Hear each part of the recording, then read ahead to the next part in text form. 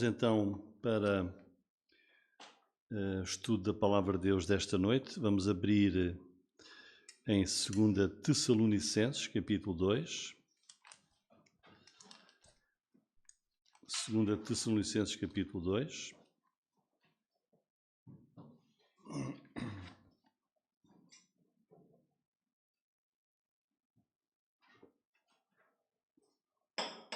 Muito bem. E vamos lá para os versículos 3 e 4, que diz: Ninguém de maneira alguma vos engane, porque não será assim sem que antes venha a apostasia, se manifeste o homem do pecado, o filho da perdição, o qual se opõe e se levanta contra tudo o que se chama Deus ou se adora, de sorte que se assentará como Deus no templo de Deus, querendo parecer Deus. Nós estamos a prosseguir o estudo da segunda carta de Paulo aos Tessalonicenses, versículo a versículo. E na primeira carta, Paulo respondeu ao grande interesse e às dúvidas que a Igreja tinha sobre o fim dos tempos, sobre o dia do Senhor, a vinda de Cristo. E esse dia de Cristo, que a Palavra de Deus nos revela, não é um dia de 24 horas, mas é uma série de acontecimentos que vão ocorrer num espaço de alguns anos, que será o fim da história da humanidade, o fim dos tempos, profetizados nas Escrituras. Quando Paulo escreve esta carta, ele está em Corinto, para onde ele teve que fugir, escapou da perseguição dos ciumentos judeus descrentes que o maltrataram em Tessalónica. E é de Corinto que ele escreve esta segunda carta.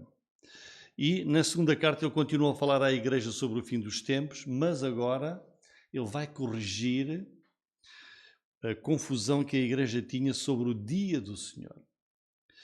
E qual era a ideia errada dos crentes tessalonicenses? Está lá no capítulo 2, versículo 1, em que Paulo claramente escreve para corrigir o pensamento da igreja. Ora, irmãos, rogamos pela vinda do nosso Senhor Jesus Cristo. Então ele está, uma vez mais, a falar sobre as dúvidas deles deste tema, da vinda de Jesus, e pela nossa reunião com Ele, que é o que vai acontecer na vinda de Jesus.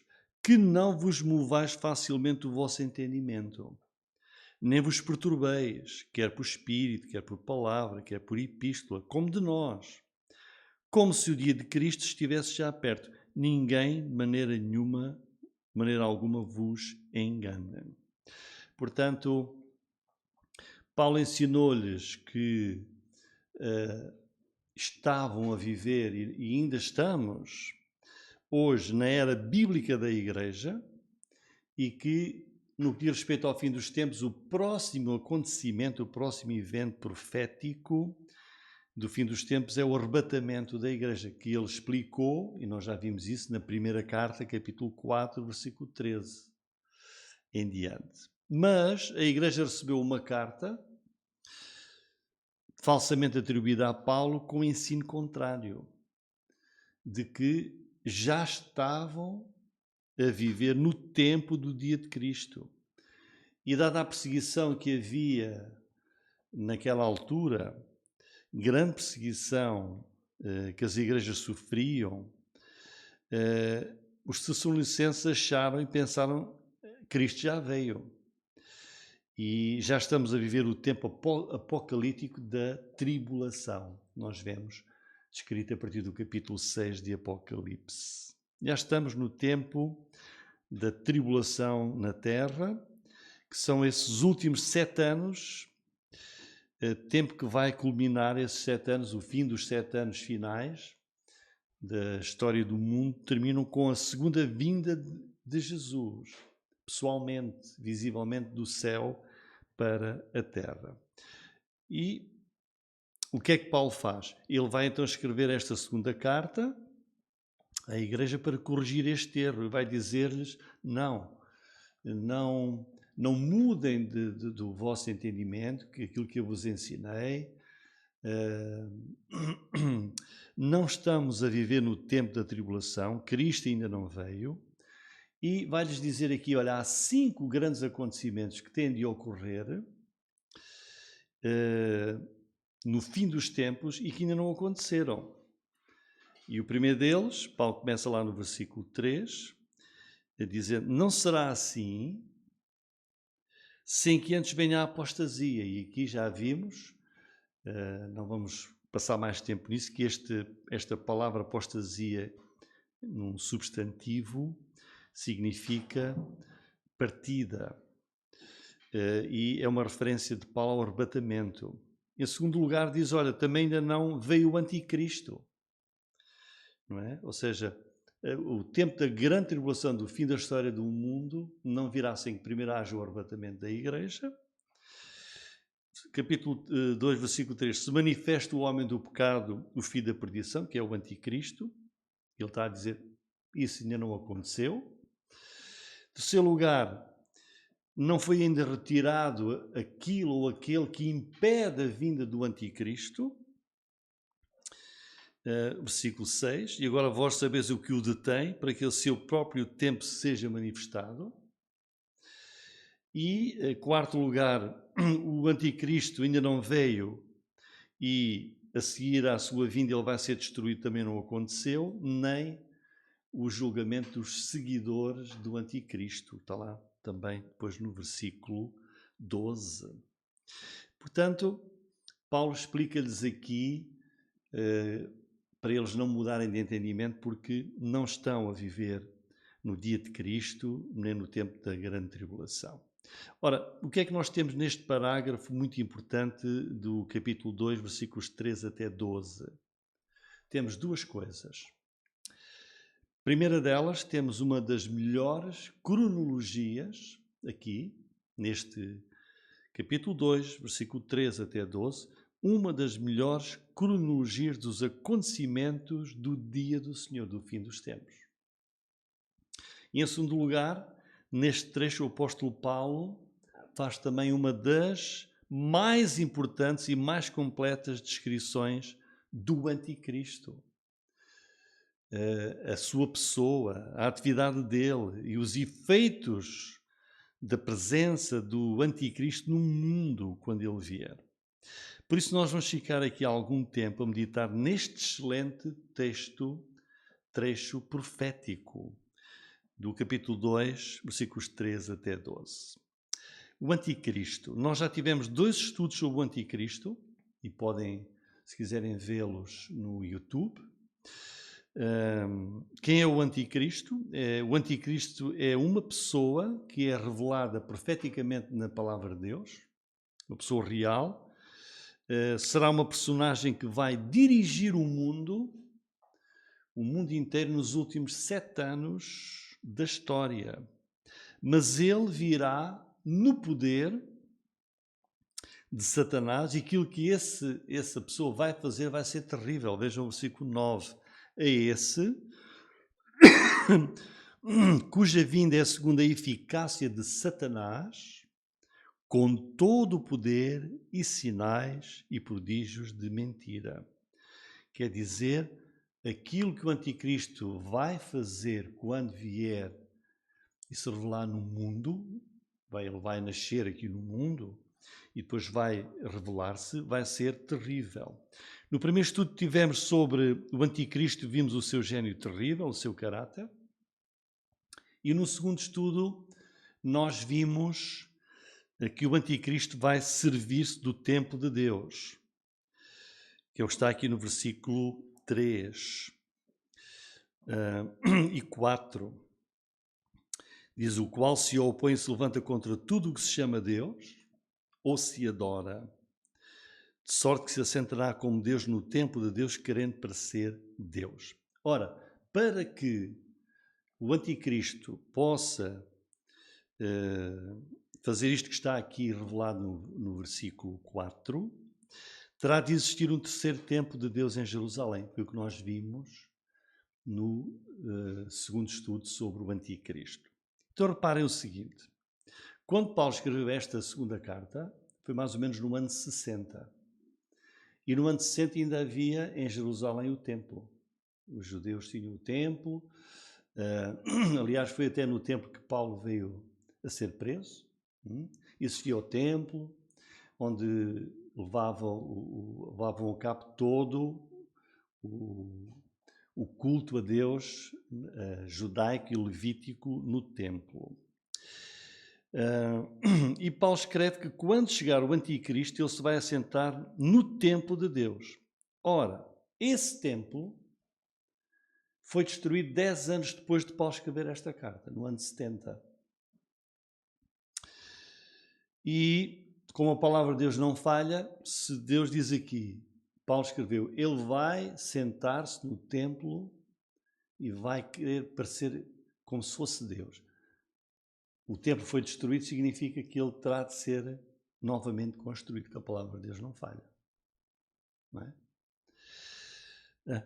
Vai ser construído um terceiro templo, um templo que não existe há 2000 anos. Agora vamos ver que este templo que hoje não existe, porque o último templo judaico, o templo de Deus em Jerusalém, foi destruído há 2000 anos, só existem lá aquelas muros das lamentações.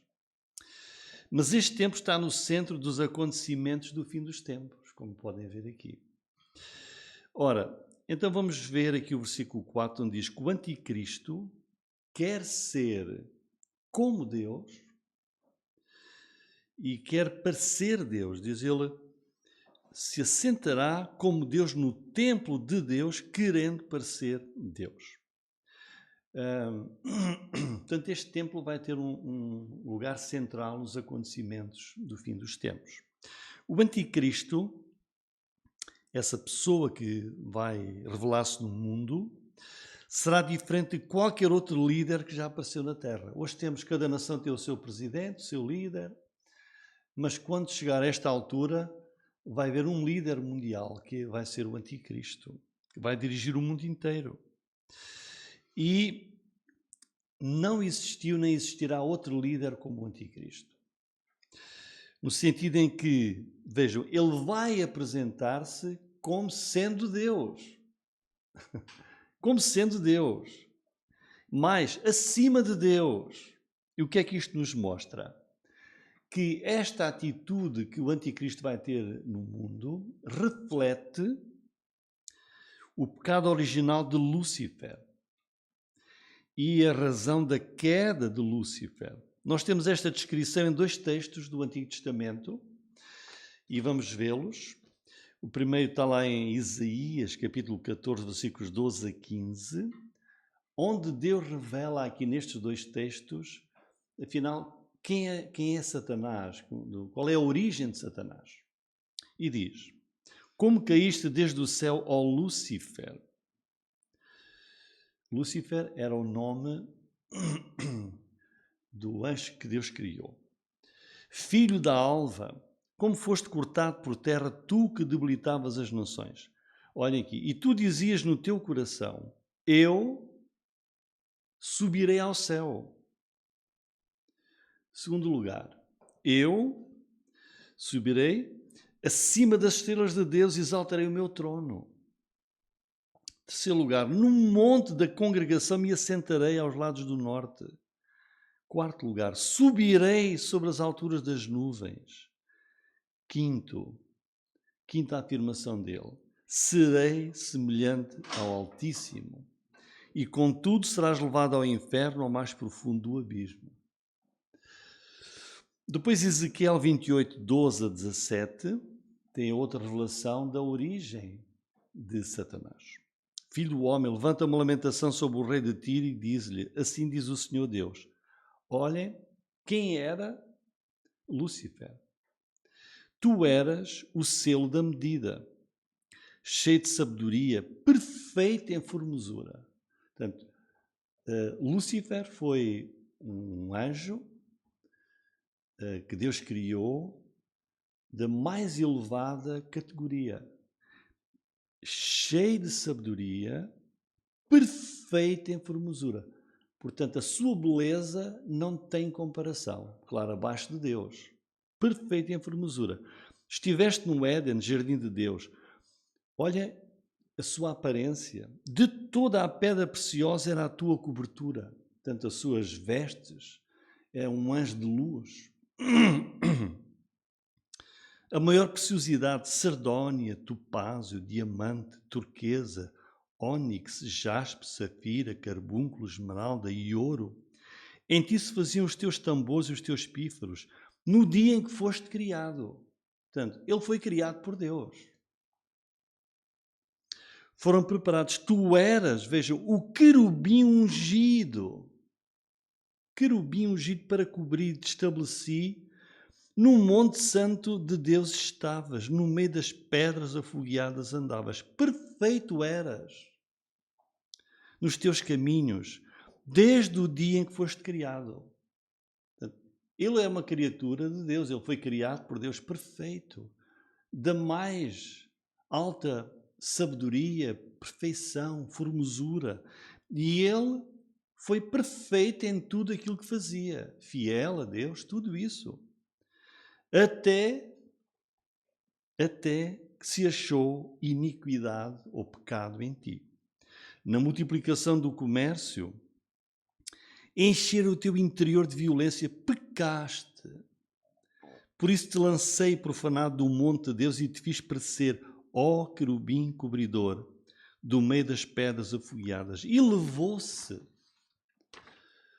o teu coração por causa da tua formosura. Corrompeste a tua sabedoria por causa do teu resplendor. Ele não conseguiu resistir a tudo o que ele era. E o que é que ele quis? Quis tomar o lugar de Deus. Quis tomar a posição de Deus. O que é que a palavra de Deus nos revela sobre Lúcifer? Lúcifer foi criado por Deus como o mais sublime anjo de Deus. Um querubim da mais alta e elevada hierarquia, de grande poder, grande sabedoria, grande beleza, mas tornou-se orgulhoso. E Isaías capítulo 14 revela aquilo que se passou na mente e no coração de Lúcifer com aquelas primeiras 5 declarações de sempre, que não existiram antes no universo e surgem aqui pela primeira vez, quando ele diz, eu subirei, eu serei isto, eu serei semelhante ao Altíssimo. Isto foi muito dramático porque aqui é a primeira vez em todo o universo que Deus criou que se revela uma vontade contra a vontade de Deus, que é esta vontade deste anjo criado por Deus. Ou seja, desde toda a eternidade até esta altura só existiu uma vontade, que era a perfeita vontade de Deus. E em toda a criação angelical de Deus temos agora um desses anjos, o mais sublime, aquele que foi criado acima de todos, aquele que era a medida, aquele que era o líder angelical criado por Deus. Vemos então um desses anjos manifestando a sua vontade contra Deus, desafiando a Deus. E foi esta rebeldia de Lúcifer que levou à sua queda, à sua condenação por Deus e tornou-se Satanás. Então temos aqui a queda de Lúcifer, esse querubim ungido. E é aquela quinta vontade de Lúcifer, de Isaías 14, onde ele diz, eu serei semelhante ao Altíssimo. É essa vontade que o anticristo vai pôr em prática no seu tempo, quando ele se revelar no mundo, versículo 4. De sorte que se assentará como Deus, no tempo de Deus, querendo parecer Deus. Porque o anticristo vai ser a encarnação de Satanás. Tal como Cristo é a imagem de Deus, o anticristo vai revelar tudo aquilo que Satanás é e vai cumprir os anseios de Satanás, como vimos aqui. Depois nós vamos para Gênesis capítulo 3, versículo 5, onde temos outra queda. E é a queda do homem. Veja o que é que vai na mente de Satanás. Satanás aqui usa uma armadilha, uma estratégia de engano para fazer desobedecer à palavra de Deus os nossos antepassados, Adão e Eva. Como é que ele os engana? Dizendo-lhes, vocês podem ser tudo sem Deus.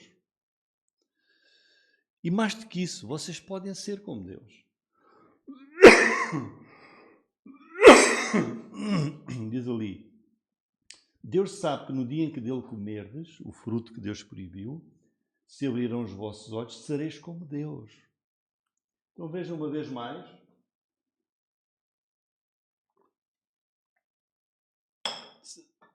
Lúcifer quis ser como Deus e diz ao homem, vocês podem ser também como Deus, podem ser deuses.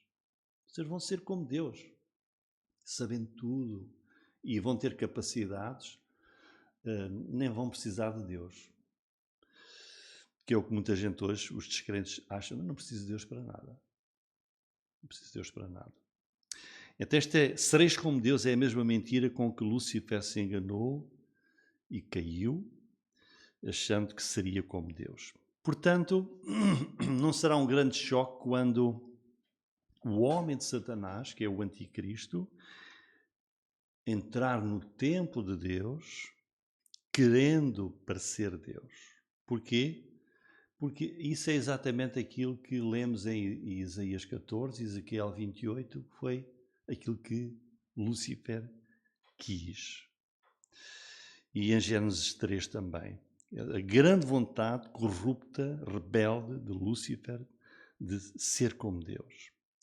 Porque o anticristo vai ser a expressão de Satanás, do próprio Satanás, e cumprir toda a vontade de Satanás, que é ser adorado.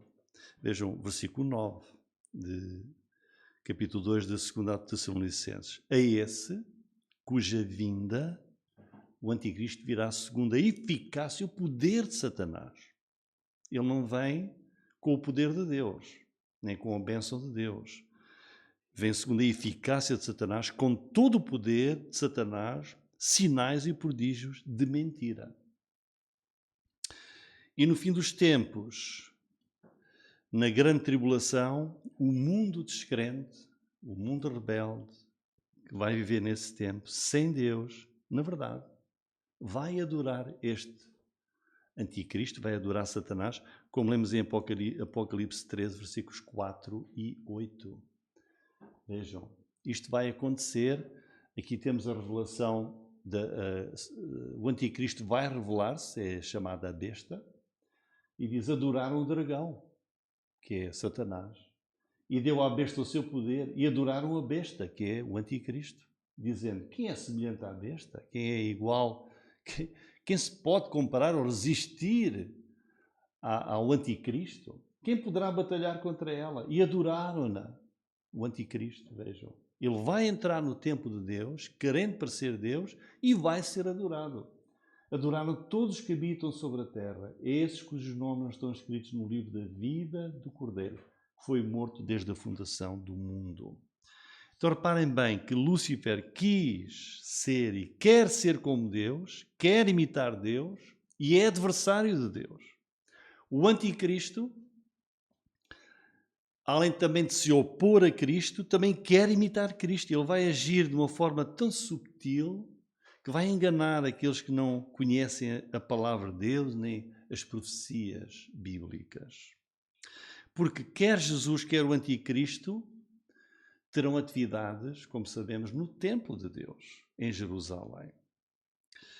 Olhem aqui apenas algumas comparações. Quando Jesus esteve entre nós há 2000 anos, na Terra, nós temos muitas passagens bíblicas dos Evangelhos, no Novo Testamento, em que com Jesus a interagir no templo.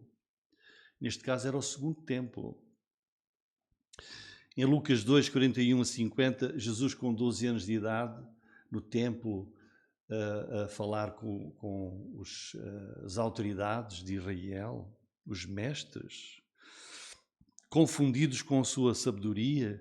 Já como adulto no seu ministério, Jesus, mostrando zelo pela casa de Deus, expulsa os vendilhões do templo, que faziam dele um lugar de negócio e não de adoração, dizendo que faziam da casa do seu pai, que é uma casa de oração, um lugar de negócio. e com toda a autoridade Jesus expulsou-os. Os judeus vêm perguntar: com que autoridade fazes tu isso? Já o anticristo vai também interagir no futuro templo, terceiro templo, que ainda vai de ser construído, como vemos aqui no versículo 4. E porquê é que o anticristo vai fazer isso? Porque ele quer imitar Jesus.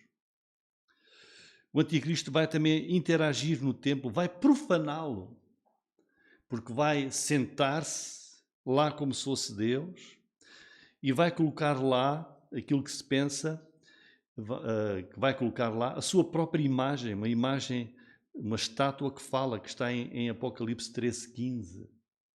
Vou tirar o Daniel para pôr, vejam. Foi-lhe concedido que desse espírito à imagem da besta, a imagem do anticristo, para que também a imagem da besta falasse e fizesse que fossem mortos todos que não adorassem a imagem da besta.